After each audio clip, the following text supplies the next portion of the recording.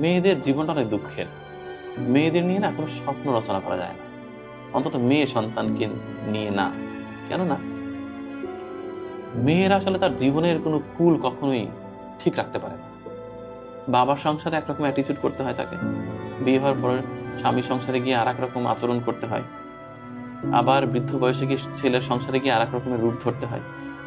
মানে বলে না নারী বহুরূপী, এই কথাটা না একটা পজিটিভ অর্থ আছে আমার কাছে। নারী যে বহুরূপী হবে না, নারীর না নিজস্বতা কম হয়ে যায়। সমাজটা এরকম যে নারীকে বারবার মানে স্রোতের মধ্যে ঠেলে দেওয়া হয়। নারীকে অনেক কিছু সইতে হয় এই জীবনে, আমার মাকে যেমন সইতে হয়েছে। তো নারীর জীবনটা আসলে খুব বেশি যে স্মুথ এরকম বলা যাবে না। প্রতিটা নারীর জীবনেই খুব যন্ত্রণা, মানে এক একটা স্টেজে এক এক রকমের যন্ত্রণা। এই যন্ত্রণার কোনো সীমারেখা নেই।